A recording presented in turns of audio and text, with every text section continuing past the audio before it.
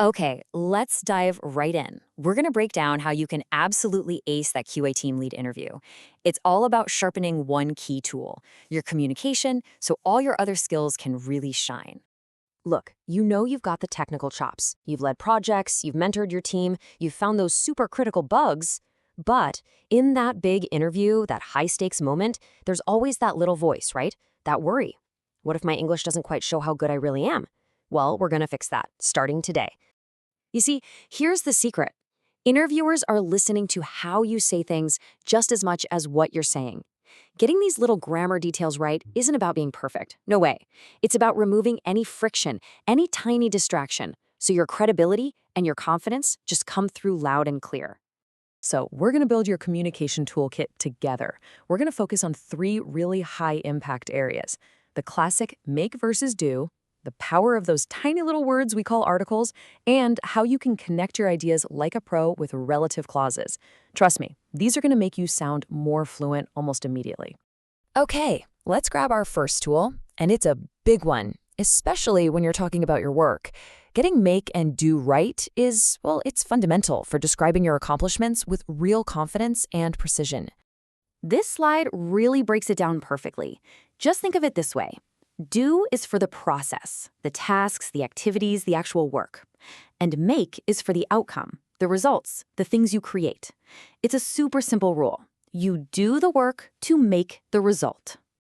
And here are some of the most common ways people get tripped up, especially in QA. You don't make testing, right? You do testing.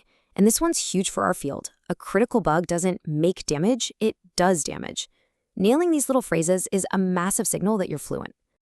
Okay, now just listen to how this all comes together in an actual interview answer. I made a decision, that's the result. My team did research, that's the process, and we made progress. Boom, another result. You hear that flow? It just sounds natural, professional, and totally correct. All right, next up, let's talk about the tiny little words that make a massive difference in how polished you sound. We're talking about a, an, and the. They're so small, but man, their impact is huge. So the basic rules are actually pretty simple. You use a or an for something general and the for something specific that, both you and the person you're talking to know about. The real magic, though, is knowing how to apply this in a professional setting. Just look at the difference here. I want to become a QA lead. That means any QA lead, just the role in general. But if you say, I spoke with the QA lead, you're talking about one specific person. Same thing with experience. Experience in general, no article needed. But the experience I got at my last job, that's specific. It needs the. And this is where it all comes together. Inside those make and do phrases we were just talking about, the noun, it still needs its article. You make a decision. You don't just make decision. Forgetting that little a is a really common flag that can make your speech sound just a little bit off. Okay, let's build on that with our next skill, using relative clauses. Honestly, this is the key to stopping those short, choppy sentences. It helps you connect your ideas into these fluent, precise statements that really impress interviewers.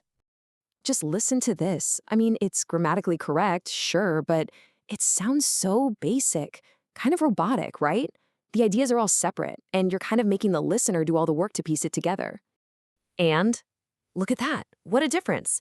It's the exact same information, but now it's all packed into one single, flowing, professional sentence. Just using that one little word, who, connects everything. Now that is what sounding like a leader sounds like. Okay, so there's one quick trick to know here. If the information is essential, like you need it to know who I'm talking about, the tester who found the bug, then you don't use any commas. But if it's just extra bonus info, like who joined last quarter, you separate that with commas. Okay, to finish up, let's do a little quick fire round. 2 final points. These are small details, but they pop up all the time in meetings and interviews, and getting them right just adds that final layer of polish to your speech. Oh, this is a big one. After did or didn't, you always, always, always use the base form of the verb. It's I didn't think, never I didn't thought. That incorrect version sounds really jarring, because you're basically saying past tense 2 times in a row. And here's a super simple rule you're going to use in every single stand-up meeting for the rest of your career. Just use is when the next word is singular, like deadline, and use are when the next word is plural, like blockers. So simple, but so important for sounding clean and clear every day.